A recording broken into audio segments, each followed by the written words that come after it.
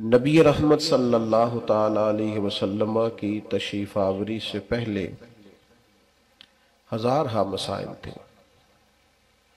سب سے بڑا مسئلہ کفر کا، شرک کا، عقائد کے بگاڑ کا، اوہام پرستی کا، بے بنیاد باتوں کے وجود کا، پھر عورتوں کے ساتھ ظلم، غلاموں کی بڑی خستہ حالی، حقوق کی پامالی، ہر طرف آزمائش ہی آزمائش تھی۔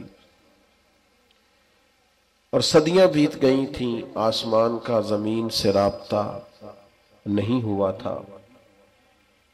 اتنے سارے مسائل کے بعد جو آسمان کا زمین سے پہلا رابطہ ہوتا ہے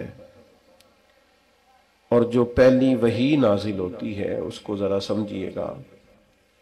نہ تو وہ بظاہر توحید کی بات کرتی ہے، نہ عورتوں کے حقوق کی بات کرتی ہے، نہ غلاموں کی بظاہر داد رسی کی بات کرتی ہے۔ پہلا رابطہ صدیوں بعد جو آسمان کا زمین سے ہوتا ہے، اور غار حرا کے نورانی ماحول میں جو پہلی وحی نازل ہوتی ہے، وہ کوئی اور بات نہیں کرتی، وہ یہ بات کرتی ہے کہ اقرا، پڑھو، اقرا بسم ربک الذی خلق، اس رب کے نام سے پڑھو جس نے تمہیں پیدا کیا، جس نے پیدا کیا اس کے نام سے پڑھو۔ میں نے عرض کیا مسائل کئی دفعہ زیادہ ہوتے ہیں پر حل ان کا ایک ہی ہوتا ہے۔ وہ جہالت تو عقیدہ توحید کے معاملے میں ہو معاذ اللہ، تعظیم رسالت کے معاملے میں ہو معاذ اللہ، وہ جہالت اولیاء اللہ کے مقام و مرتبے کو سمجھنے کے معاملے میں ہو، وہ حقوق ادا نہ کرنے کا مسئلہ ہو، ان ساری جہالتوں کا ایک ہی حل ہے کہ علم کو فروغ دیا جائے۔ آپ کسی کمرے میں چلے گئے، کمرے میں اندھیرا تھا،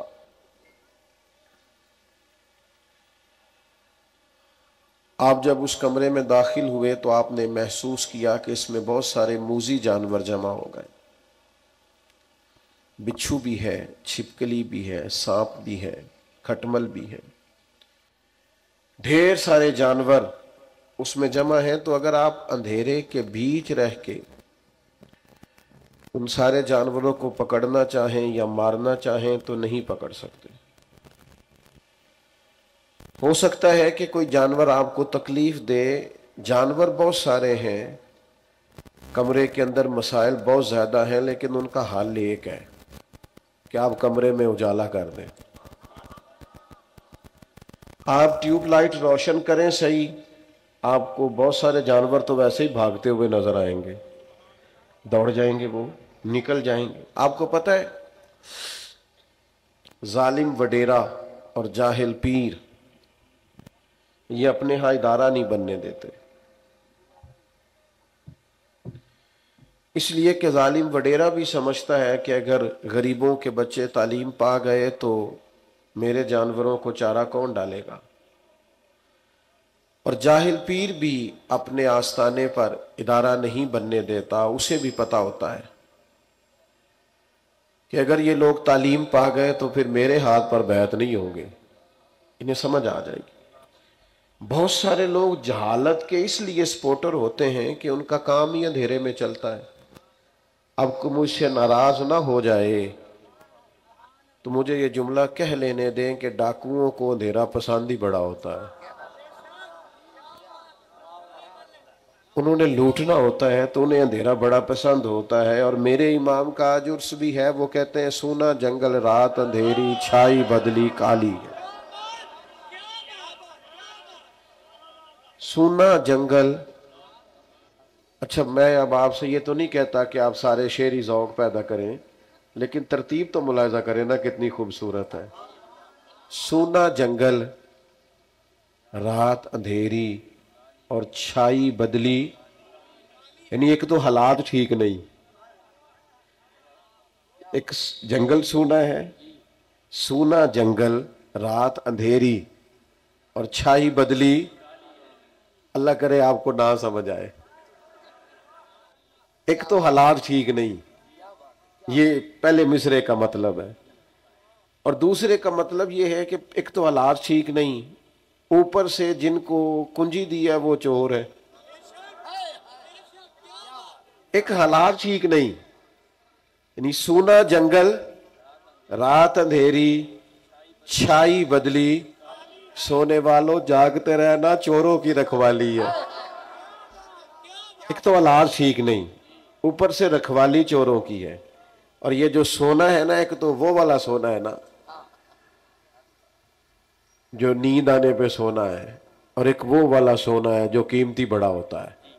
تو دونوں کو مشورہ ہے، سونے والے کو بھی مشورہ ہے، اور جس کے پاس سونا ہے نا، ایمان کا سونا، اس کو بھی مشورہ ہے کہ سونا جنگل، رات اندھیری، چھائی بدلی کا، او سونے والوں جاگتے رہنا، چوروں کی رکھوالی۔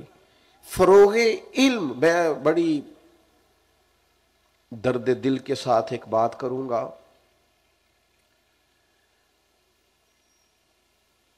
عوام بھی علم کو سپورٹ نہیں کرتی، ہمارا مزاج علمی نہیں، سننے سنانے کا مزاج ہے، سیکھنے سکھانے کا نہیں۔ مزاج کچھ اس طرح کے بن گئے ہیں، وہ تنکوں کا سہارا ڈھونڈتے پھرتے ہیں، بابا جی سے تعویذ مل جائے، کوئی دو ایک پھونکیں کوئی مار دے، اور اتنے زیادہ آستانوں کے بورڈ لگے ہوئے ہیں کہ کسی شہر میں گنے نہیں جا سکتے کہ اب کتنے کو پیر ہیں۔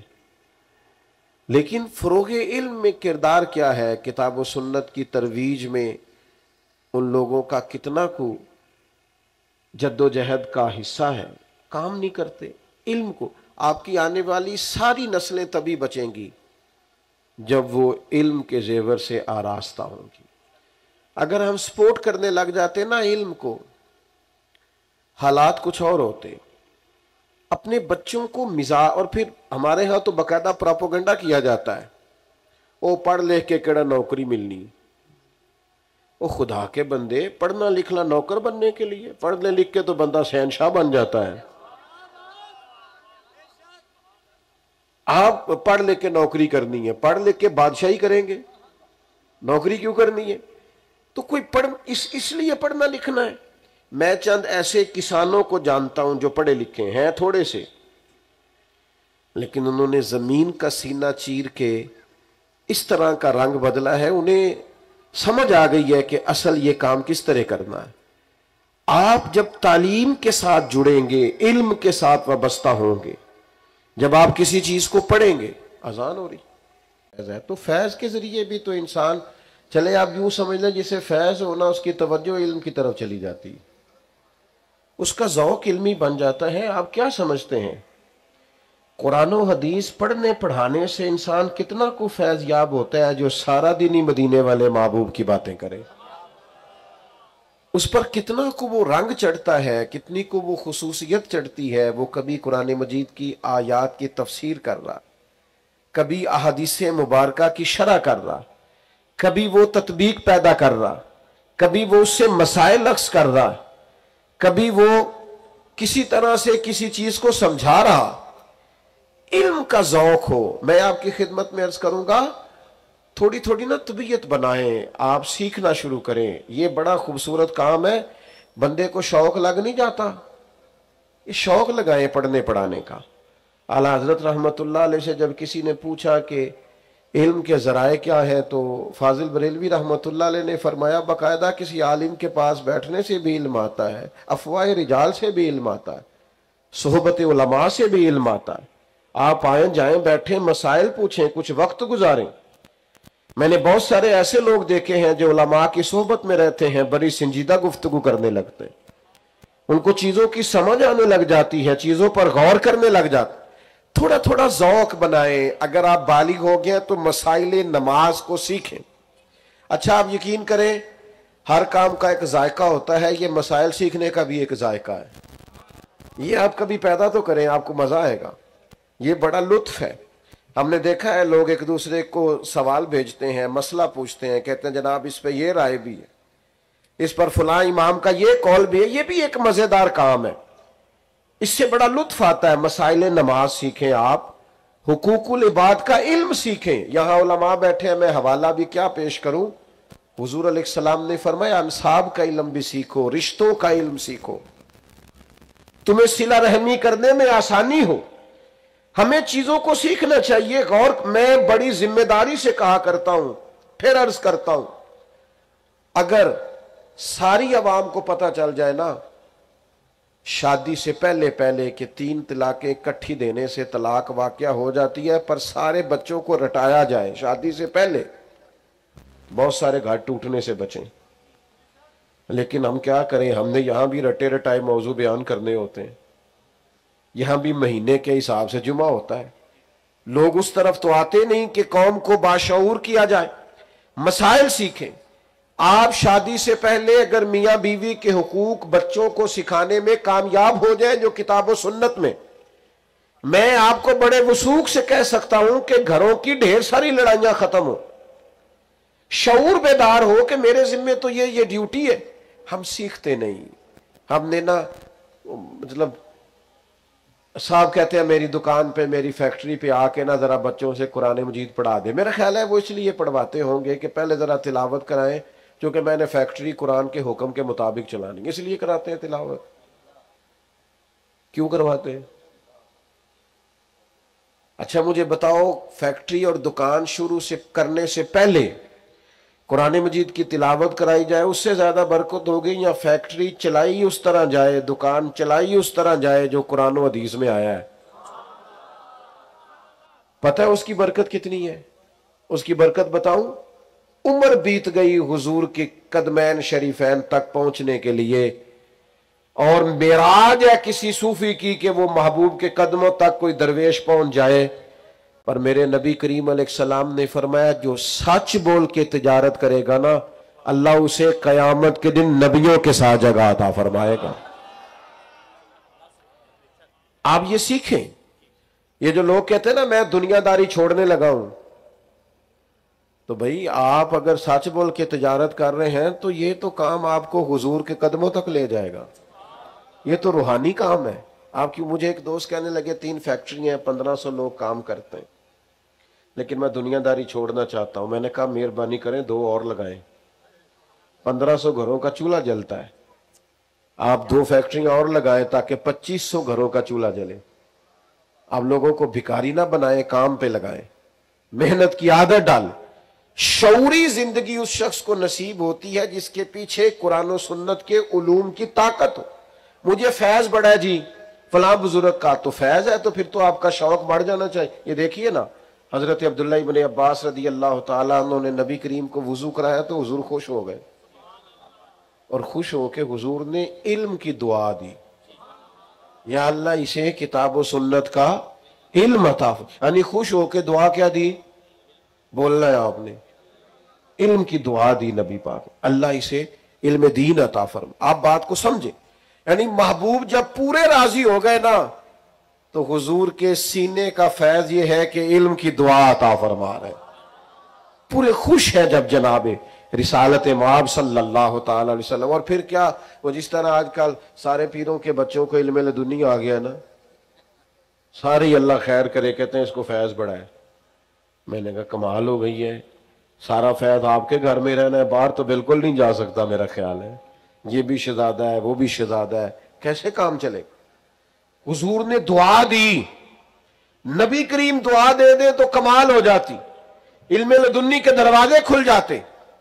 لیکن اس سے کیا ہوا؟ حضرت عبداللہ ابن عباس کو شوق علم پیدا ہوا، پھر وہ ایک صحابی کے دروازے پہ گئے اور ان سے جا کے کہا میں نے سنا ہے آپ کے پاس محبوب کی چند احادیث ہیں، میں سماعت کرنے کے لیے آیا۔ اب تو ہمارے ہاں تو رواج اب بڑا کم ہو گیا ہے، مفتی صاحب جانتے ہیں،